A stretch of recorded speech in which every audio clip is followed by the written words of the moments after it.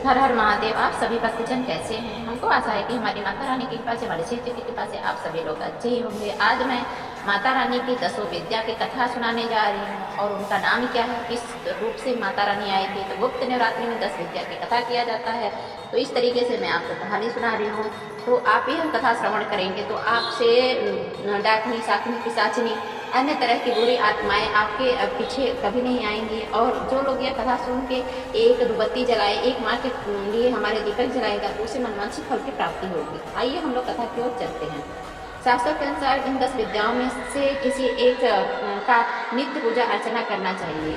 इससे क्या होता है? इससे होता है कि जो लंबी समय से हमारे तरफ बुरी परेशानी चली आ रही है, बीमारी आ रही है, भूत प्रेत बाधा अकारण ही चली आई है, गृह क्लेश हो रहा है, शनि का दुष्प्रभाव है, बेरोजगारी है, आदि से सभी जो संकट हैं सभी तत्काल दूर हो जाते हैं। व्यक्ति परम और सुख शांति प्राप्त करता है। इन माताओं की साधना कल्प वृक्ष के समान से भी फलदायी होता है और सभी कामनाओं को पूर्ण करने में सहायक माना गया है।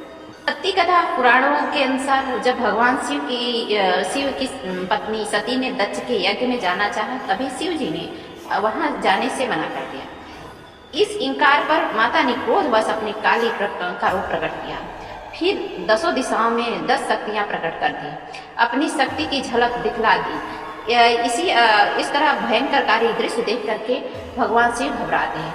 क्रोध में सती ने शिव को अपना फैसला सुना दिया। मैं दक्ष के यज्ञ में जाऊंगी, या तो उसमें अपना हिस्सा लूंगी या उसका विध्वंस कर दूंगी। हार मान कर शिव जी ने सती के सामने आकर खड़े हुए। उन्होंने सती से पूछा, कौन है ये? सती ने कहा, ये मेरे 10 रूप हैं। आपके सामने खड़ी कृष्ण रंग की काली है, आपके ऊपर नीले रंग की तारा है, पश्चिम में छिन्न मस्ता, बाएं भुवनेश्वरी, पीठ के पीछे बगलामुखी, पूर्व दक्षिण में धुमावती, दक्षिण पश्चिम में त्रिपुर सुंदरी, पश्चिम उत्तर में मातंगी तथा उत्तर में षोडशी है। और मैं खुद भैरवी रूप में अभयदान देने के लिए आपके सामने खड़ी हूँ। यही 10 विद्या अर्थात 10 शक्ति हैं। बाद में माँ ने अपनी इन शक्तियाँ का उपयोग दैत्यों और राक्षसों का वध करने के लिए किया, जो कि 9 नाम से जाने गए थे। जैसे कि 9 दुर्गा। 9 दुर्गा में पहले कौन है? प्रथम शैलपुत्री, द्वितीय ब्रह्मचारिणी, तृतीय चंद्रघंटेति कालखंडे, चतुर्थ पंचम स्कंदमातेति, षष्ठकार्तानि की च, सप्तम काराति महागौरी चाक्षुरम। ये माता जी के 9 रूप हैं और उनकी 10 जो महाविद्या है तो उनका नाम इस प्रकार है: काली, तारा, त्रिपुर सुंदरी, भुवनेश्वरी, छिन्नमस्ता, त्रिपुर भैरवी, धूमावती, बंगलामुखी, मातंगी और कमला। प्रवृत्ति के अनुसार 10 महाविद्या के 3 समूह हैं। पहला सौम्य कोटि, त्रिपुर सुंदरी, भुवनेश्वरी, मातंगी, कमला। दूसरा उग्र कोटि, काली, छिन्नमस्ता, धूमावती, बंगलामुखी। तीसरा सौम्य उग्र कोटि, तारा, त्रिपुर भैरवी। यहाँ 10 विद्या का परिचय आपने देखा होगा कि कैसे हमने आपको बताया, और इसका जानकारी आप माता रानी का कथा भी ग्रहण करना चाहते हैं तो पहला कथा काली जी का है। तो आइए देखिए। 10 विद्या में काली प्रथम रूप है। माता का यह रूप साक्षात है और जागृत है।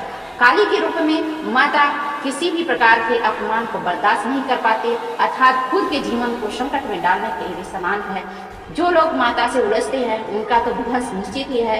महादैत्यों का वध करने के लिए माता ने ये रूप धारण किया था। सिद्धि प्राप्त करने के लिए माता की वीर भाव में पूजा की जाती है। काली माता तत्काल प्रसन्न होने वाली और तत्काल ही रूठने वाली देवी हैं। अतः उनकी साधना या उनका भक्त बनने के लिए एक निष्ठ और कर्मों से पवित्र होकर जरूरी होना चाहिए।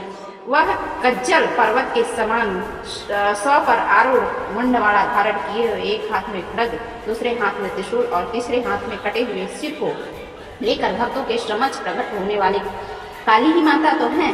उनको नमस्कार है। यह काली एक प्रबल शत्रुहंता, महिषासुर नंदिनी और रक्त बीज का वध करने वाली है। शिव प्रिया चामुंडा का साक्षात स्वरूप है, जिसने देव दानव युद्ध में देवताओं को विजय दिलाई थी।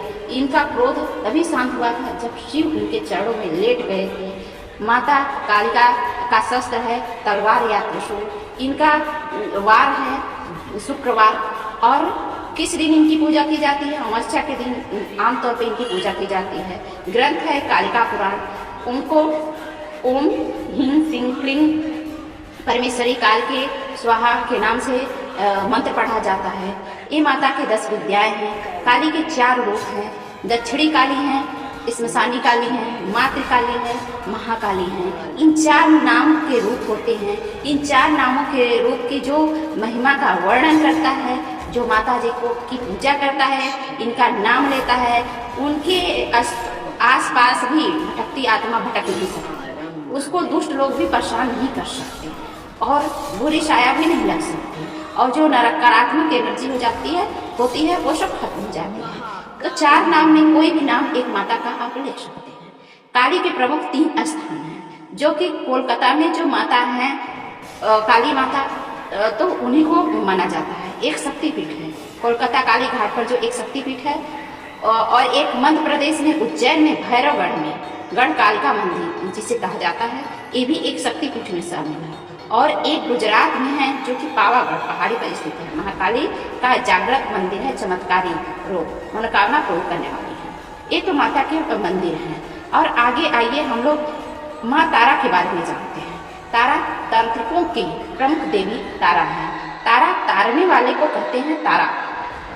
माता जो तारती हैं सबको, उन्हें तारा कहते हैं। कारण माता को तारा भी कहा जाता है।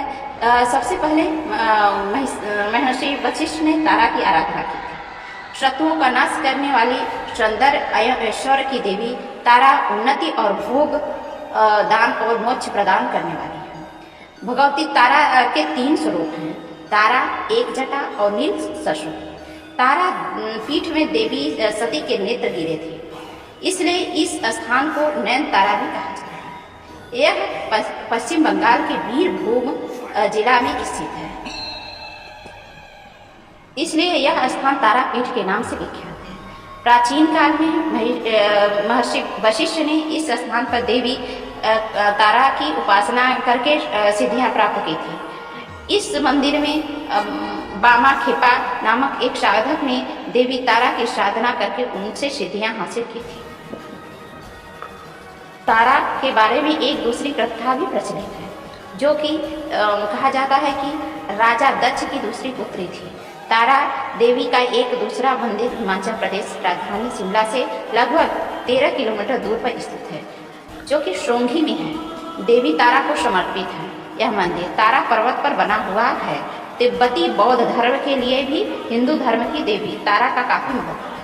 चैत मास की 9वीं तिथि और शुक्ल पक्ष के दिन तारा रूपी देवी की साधना करना तंत्र साधकों के लिए सर्व सिद्ध कारक माना गया है। जो भी साधक या भक्त माता के मन में प्रार्थना करता है, उनकी कैसी भी मनोकामना वह तत्काल पूर्ण हो जाती है।